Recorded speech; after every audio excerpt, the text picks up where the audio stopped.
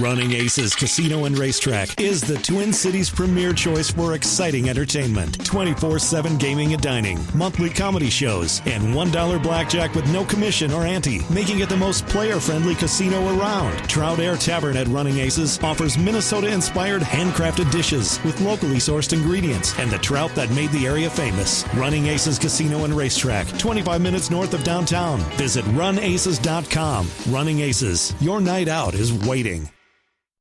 I can't tell you how much I enjoyed saying touch 'em all. Way back and gone! Touch 'em all, Joe Mauer! And now these guys are making it relevant to this year's Twins. Now, our two resident hardball nerds will attempt to touch 'em all on the week's news surrounding the Twins in MLB. Here's Phil Mackey and Derek Wetmore. Hey everyone, welcome to the Touch 'em All podcast. I'm Derek Wetmore, and there is no Phil Mackey on this podcast episode. If you're a fan of Mackey, that's bad news. I'll just leave it at that. We're going to get to some Facebook questions today. I'm watching the Twins game on tape delay from Thursday night, recording this on a Friday afternoon. We've got Ken, Lance, Travis, Joseph, Patrick, Anthony, Leland, August, Cameron, James, and on. A bunch of people hanging out with us on Facebook today. If you missed this on Facebook Live, you can always go back and find the sort of archived episodes on my Facebook page, Derek Wetmore MLB. That's where we're recording this. That's where we're taking questions.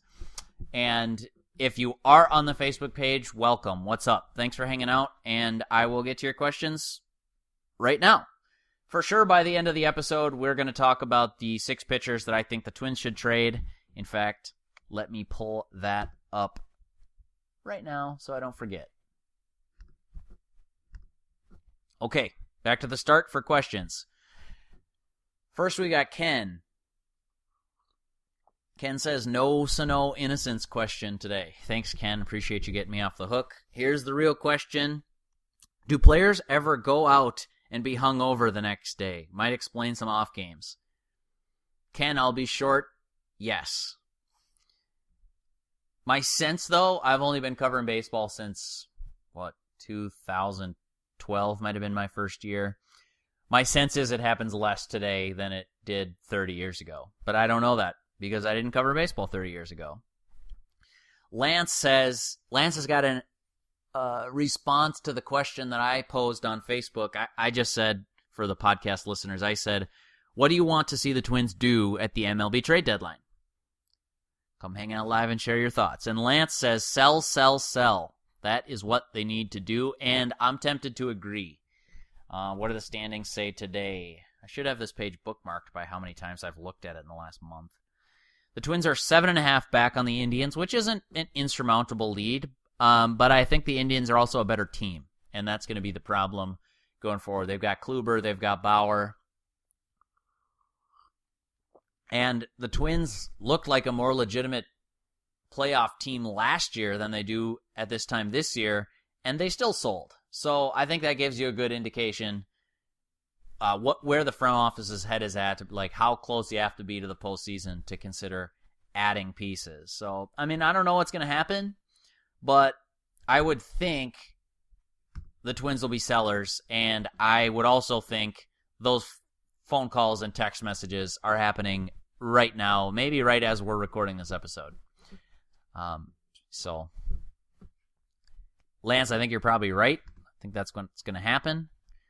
But how many guys are they going to sell? I don't know. That's tough to say. Travis wants to know, do you think they should trade Escobar?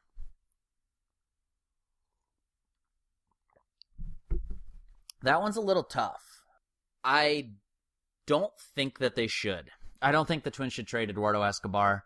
Because I guess I don't know what you'd get for him. Like, we're seeing this sort of, I don't want to call it like a readjustment, but the last couple years at the MLB trade deadline, you've seen, stars fetch prospects. Stars fetch prospects. And less than that, you're just like, you're gambling. I mean, for Escobar, you could get a lottery ticket prospect, I'm sure. I don't know exactly what's out there. I haven't had my ear to the ground the last 48 hours, but I do think that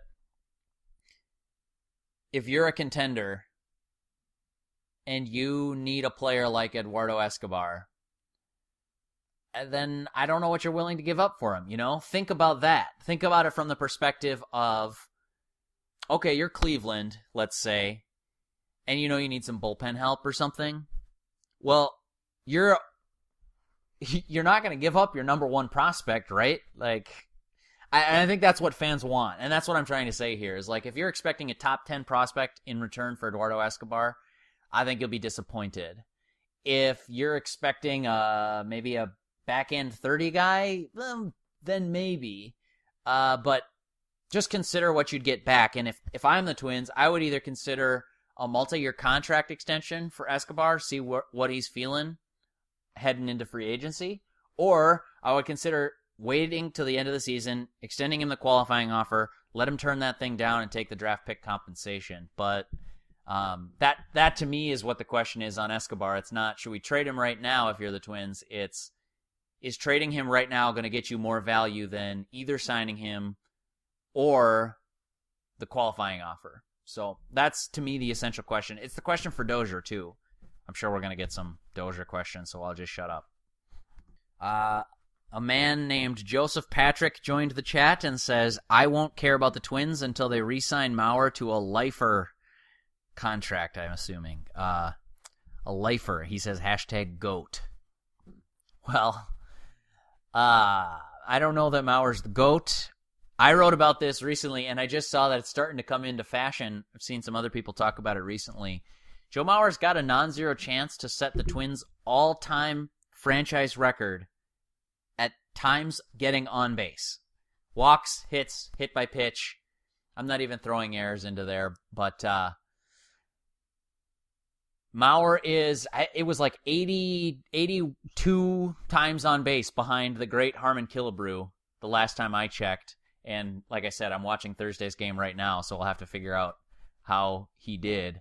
But Joseph Patrick, I'm assuming that's not Joseph Patrick Mauer. It's the other Joseph Patrick.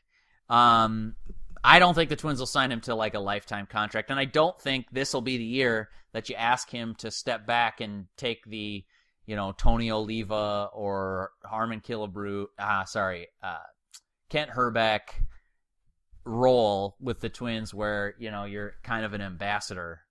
I think that Mauer still plans to play. In fact, I talked to Mauer about that this week. He said nothing's changed in spring training from his perspective. And when I talked to him in spring, his point was, as long as I think I'm still contributing, like I'm still a productive player, yeah, I want to keep playing baseball. I'm fascinated as you, Joseph, to see where that goes. A 1 or 2 year deal in Minnesota or somewhere else or whatever. But I talked to Thad Levine this week about Mauer and his contract and the no trade clause. And Levine told me that the Twins are going to be obviously mindful of Mauer's rights contractually, but they also think that just given what he's meant to the franchise, that they'll have the utmost respect in, if somebody calls them for a trade, they would run it by Mauer and his family rather than get a trade done and then go ask Mauer to sign off on it. They won't do that. So anyway, Joseph, I don't know if that answered your question, but there are some nuggets for you. Meanwhile, I should have looked at the box score from Thursday's game so I had a better idea of what innings they were going to score runs and when I should be paying attention, because Gibson's got himself in a jam here. Nope, strike 3, slider, you're out. That's a pitch that's been really good for Gibson, obviously. And like I wrote about last summer, the fastball up sets that pitch up to me. I mean, slider and the two-seamer sort of play off each other. You could throw the changeup in that mix too. But if you're always looking down, down, down, down as a hitter, you'll time the velocity gap and probably the break. But if you have to be honest up, that changes the equation. And I think that four-seam fastball set everything up for Gibson. I think I saw Matthew in here earlier. Matthew wrote a great piece. Yep. True Blood in the House wrote a great piece last year on Baseball Prospectus. You guys can check that out on sort of Gibson's breakouts, and he really dug into the mechanics of what's changed for Gibson. That goes back to 2 winters ago when Gibson started working at the Florida Baseball Ranch, with his trainer there, and honestly, it's taken some time for it to take hold, but this year you're seeing a lot of the gains for Gibson, and he's been a different and better pitcher. So trade him. Okay, Anthony wants to know. Oh, I should just fast forward to the next inning. I don't have to watch these commercials.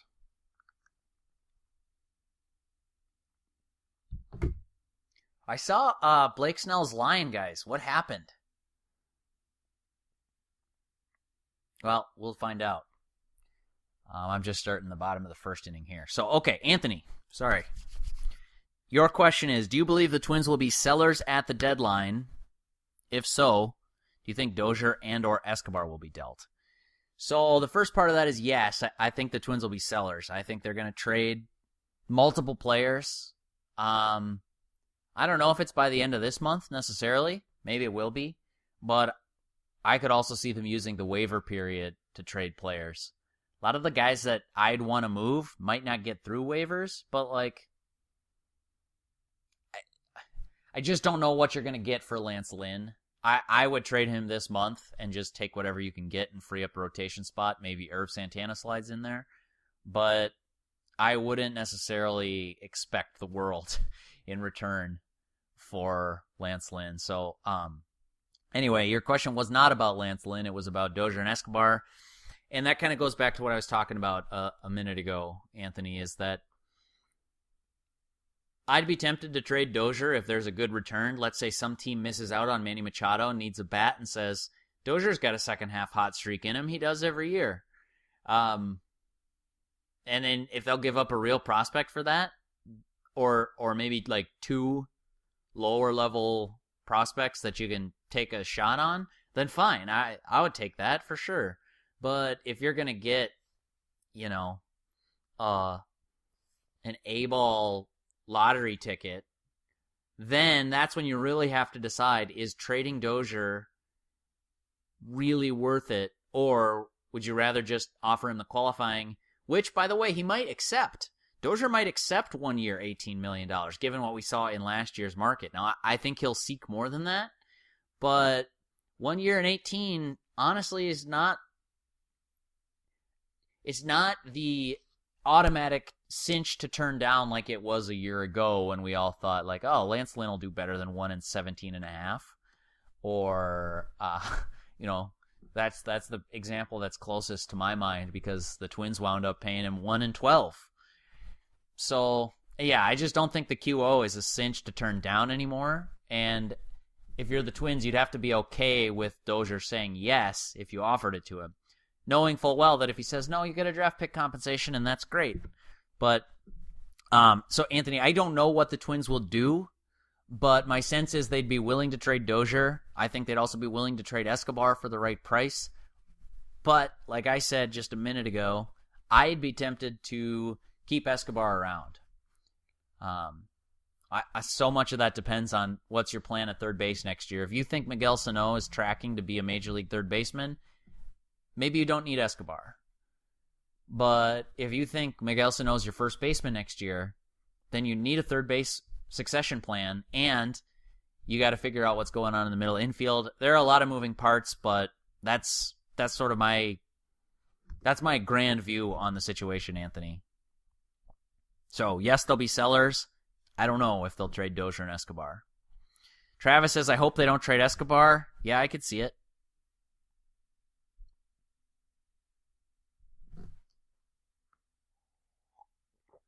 Leland, as always, has the comment of the chat. Leland says, thank God you're doing this, Wetmore.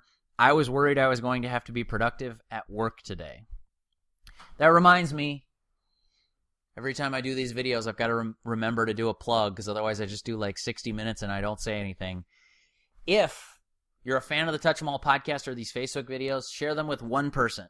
Don't share them with your whole friend group. Don't share them with your whole extended family and crazy Aunt Margaret. Just share them with one person who likes the Twins and is still paying attention to the Twins even after a rough start to the season. Because that's the people we like to have around. That's the people that I want on the chat. That's the people that I want to get the podcast. So Leland, I guess you're welcome for keeping you from being productive on a Friday at work. As I fake productivity at my work. I'm watching the Twins game at a home office, talking into a cell phone and a microphone tied to my computer, and I'm calling it work for the day. Share it with one person. Do me that favor. If you've got somebody that you think like, hey, I talk Twins with this guy or gal all the time, don't know if they listen to the podcast, boom, show it to them, and we will be forever grateful. Thanks for hanging out, Leland. August says, trade away the expiring contracts and let the Rochester guys get work up here for next year. All right. That cues me up for the start of my 6 pitchers column. The pending free agents on this team, Lance Lynn and Zach Duke. I would trade both of them. I like Zach Duke, veteran lefty. He's got some big outs for the Twins this year, but he's on a 1-year contract. He does bring clubhouse leadership. I can attest to that. But maybe you could get something for him. And I think Taylor Rogers is your A lefty going forward. Maybe you want Gabriel Moya in a lefty role in a bullpen.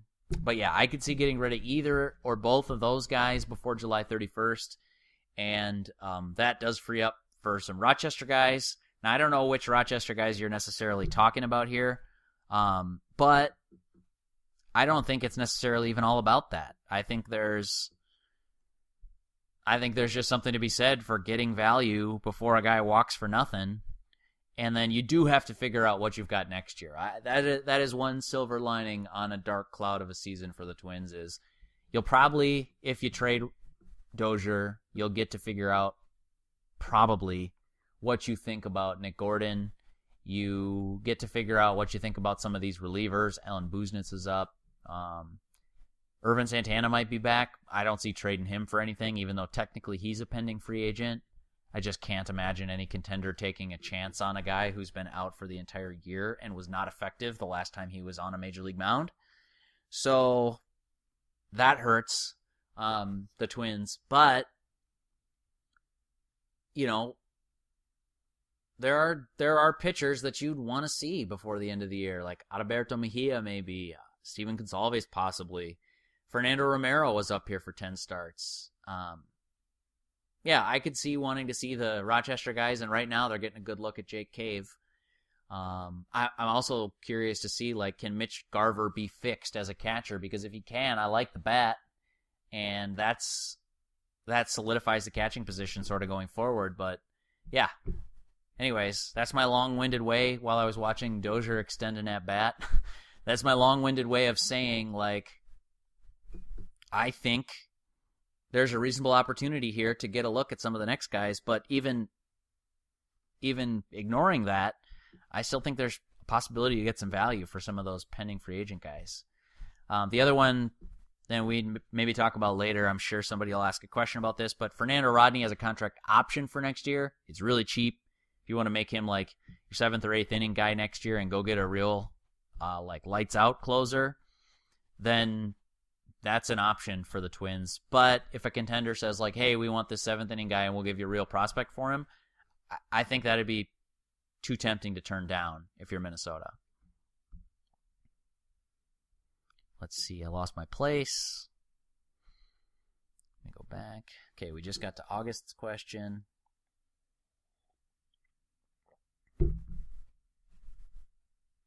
Cameron says, sell everything, including the stadium, the team, the name, the seats, all of it. Okay, well, that's not going to happen. Let's see. Joseph sharing this out with friends, it looks like. Thank you, my man. James says, trade for Brandon Kinsler. Nice. Yeah, just a low-level prospect and some international slot money ought to do it. But there's no Shohei Ohtani waiting in the wings next year, so I don't know about that route anymore. I know that the Twins do value that slot money. Some teams don't. Some teams just throw it away and trade it like monopoly money.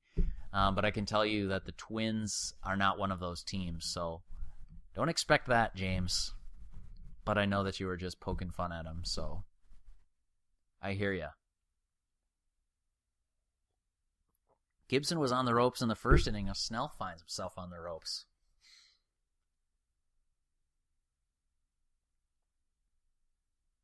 By the way, as I'm just watching an at-bat here from Thursday's game, might need a successor, a new driver for the Robbie Grossman fan bus. I don't know, I might have to hang up my license and find another line of work.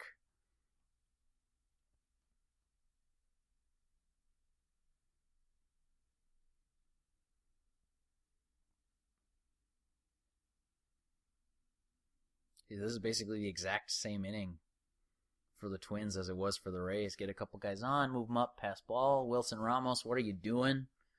Block that pitch.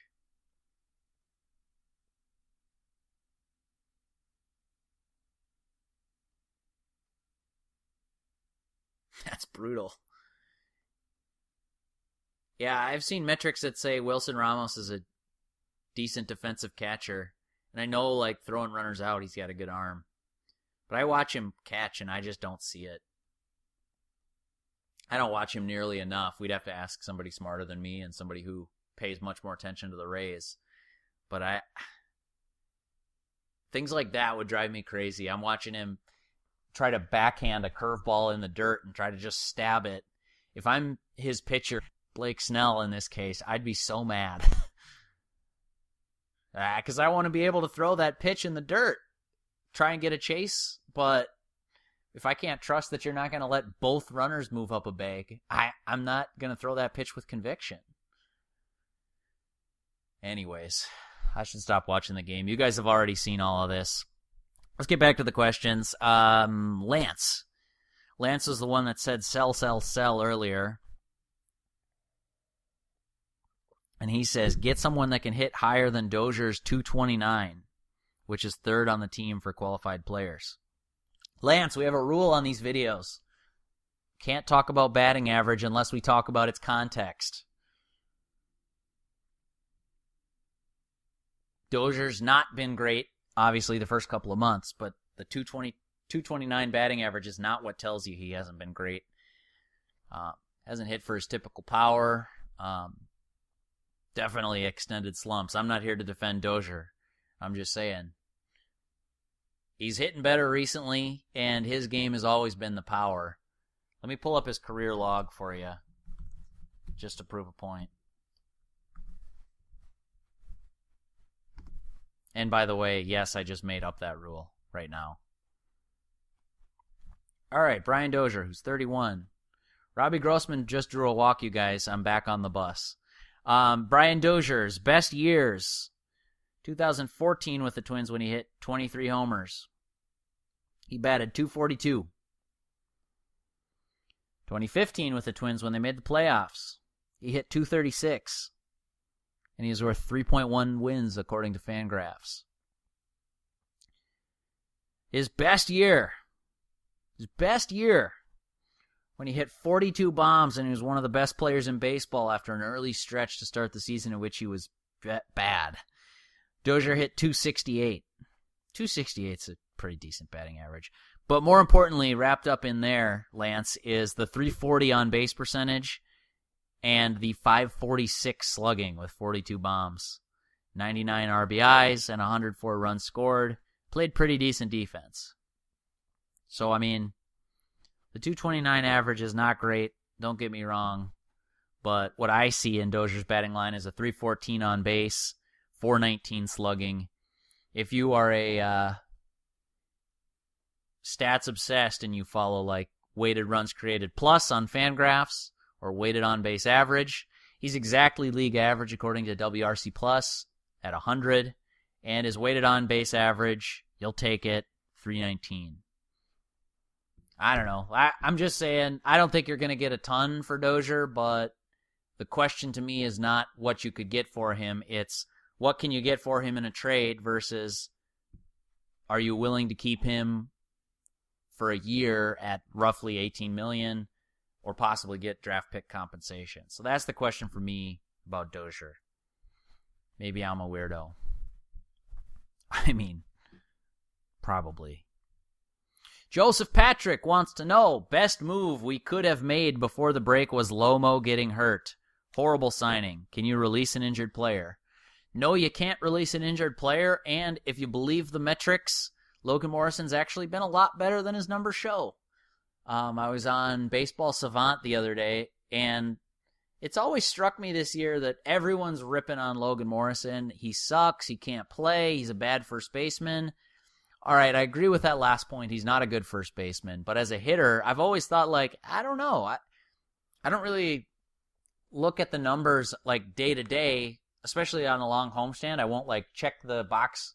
I won't check the box score, and I won't check, like, the leaderboards until the homestand's over. And I've always just kind of thought, like, I feel like Logan Morrison gets more heat than he deserves. Well, then I look up his numbers. Oh, yeah, those are pretty bad numbers. But if you believe in expected weighted on-base average and you look at batted ball quality and like how hard he's hitting it and everything, Logan Morrison's been one of the unluckiest hitters in baseball this year. Some of that, I think, I'd have to dig into ex-Woba a little bit more. Actually, maybe Trueblood could answer this for us, but I think that there's a component in there that's not accounting for the shift. Like, I think Logan Morrison could smoke a ball into short right field, and the second baseman could throw him out, and ex-Woba is going to say that should be a hit, and your eyes are going to say, no, the second baseman was right there. He doesn't deserve credit for that. Anyway, Logan Morrison is hurt. He's on the disabled list. Adrian's is back, but I wouldn't release him. I don't know that I'd pick up the contract option next year. And I don't think you're going to get anything for him, certainly now that he's going to be on the shelf a minimum of 10 days. And what could he do to really like boost a ton of value as a DH, bat first baseman at the trade deadline? I guess I don't see you getting a lot for that. And Snell gets out of it just like Gibson did. Let me fast forward to the second inning, guys, and then I'm going to get to the next question. Okay. Steve Penz.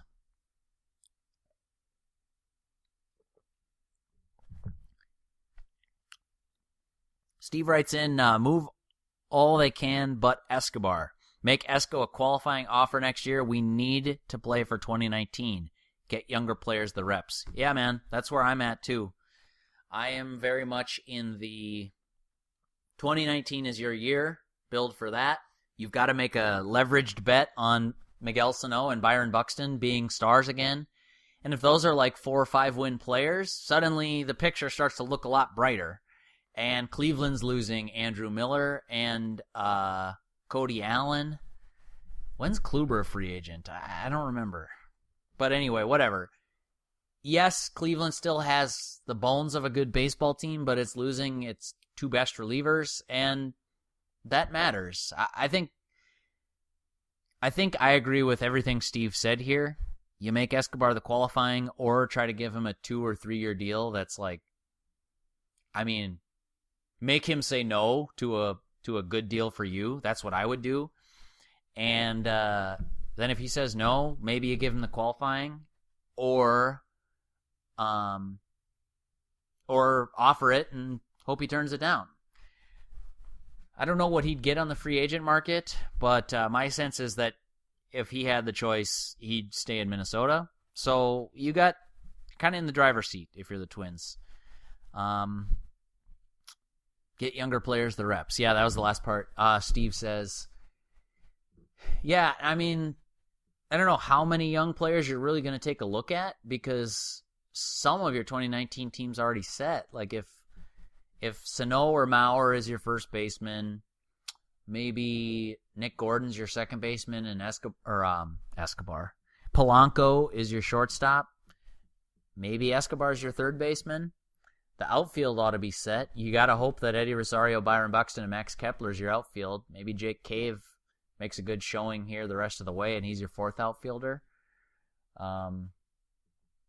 Who takes that DH spot? Well, that's open, unless you don't think Sano can play the field.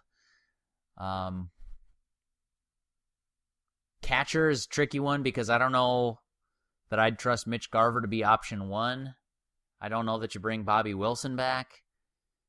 Jason Castro is going to be coming off a pretty major knee repair, so that's a iffy one. Bullpen, you could afford to add an arm or two, although you got a lot of young guns with team control and options, minor league options.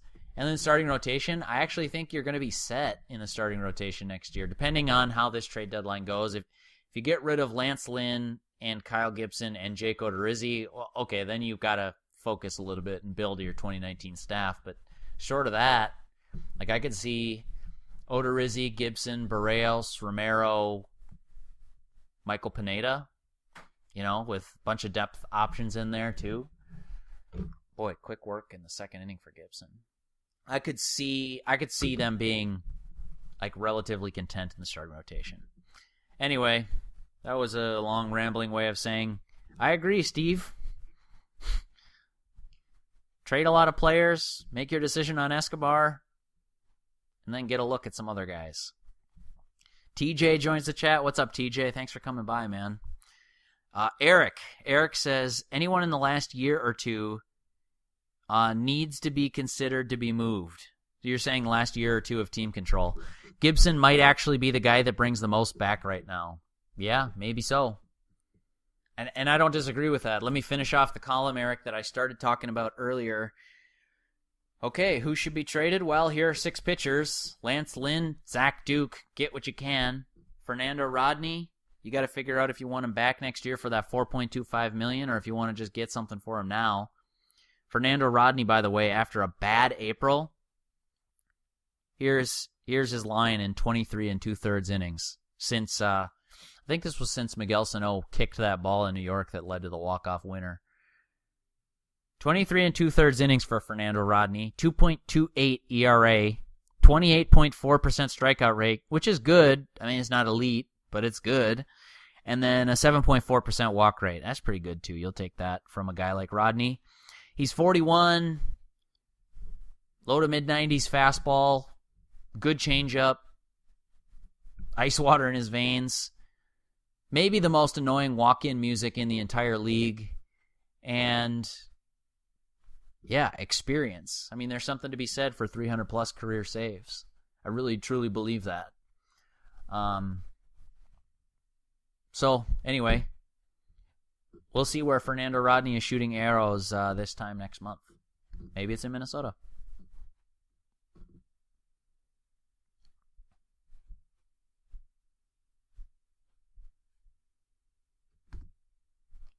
All right, Eric, thanks for the note. Agree. That was the last thing I needed to say was the 3 guys who have a year of team control left after this one, I'd still consider trading.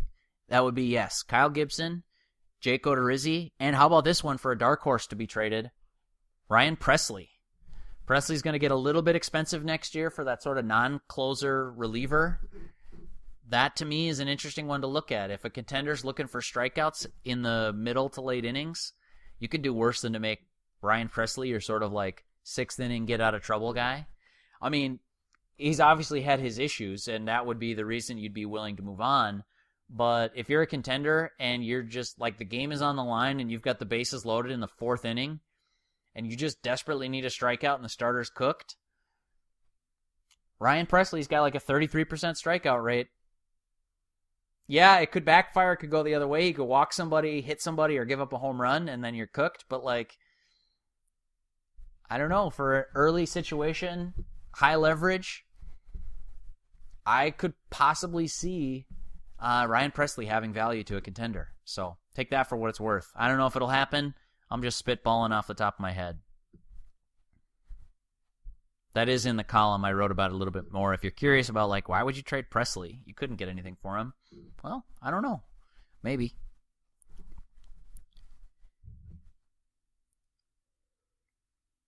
All right, Dan says, re-sign Marty Cordova. Got it. Tommy says, if they win the next 3 games versus Tampa Bay, I wouldn't mind if they stand pat or only make moves that help 2019 and beyond. They can always add something off the August deadline if they're still contending by then. Yeah. so much of that, Tommy, depends on what you think of Dozier and Escobar. Like, if you don't think they're qualifying offer guys and you're not going to extend them, I almost feel like now is the time. Like, you have to trade them. You never have to do anything. I get that, but I could see standing pat if you just can't get anything for Duke and Lance Lynn. No, I take that back. That's the one. I would trade Lance Lynn. But I could see the rest of it if you just don't want to move like a Presley, a Rodney, Gibson, Odorizzi. If you don't want to trade those guys and you think you might qualifying offer Dozier and Escobar or something like that, yeah, I mean, I could see standing pat. But any trade deadline notion built on the probability that they'd make the postseason, I think you've got to acknowledge what a long shot that is at this point. Hey everyone, thanks for listening to the show. TCL launched a new lineup of award-winning 4K Roku TVs to deliver the best sports, movies, TV shows, and thousands of streaming channels. TCL's personalized home screen makes it easy to customize your TCL to fit the way you watch. Binge watch what you want, when you want. TCL delivers excellent picture quality, sleek design, and stunning resolution at an affordable price. TCL, America's fastest-growing TV brand, is available at major retailers everywhere. Learn more at TCLUSA.com. I'm Rita Foley with an AP News Minute. The FBI investigation of Supreme Court nominee Brett Kavanaugh may wrap up today, we're told. But Christine Blasey Ford, who accuses him of sexual assault, apparently has not been interviewed, nor has he. Does that worry key Republican Senator Jeff Flake? Well, we have the statement of Dr. Ford, and then we have hours of testimony. So, frankly, when we talked about an FBI investigation, it was to follow up leads that might corroborate her account. So I'm not troubled by that. Standing next to Senator Flake on Capitol Hill, his friend, Democratic Senator Chris Coons, for whom the speed of the investigation raises questions. That would concern me. I hope the FBI has been allowed to follow all the reasonable leads from the credible allegations that were before the committee last week. And I know that puts them under a lot of pressure, but they've got the resources to do it. He and Senator Flake were on the Today Show this morning. I'm Rita Foley.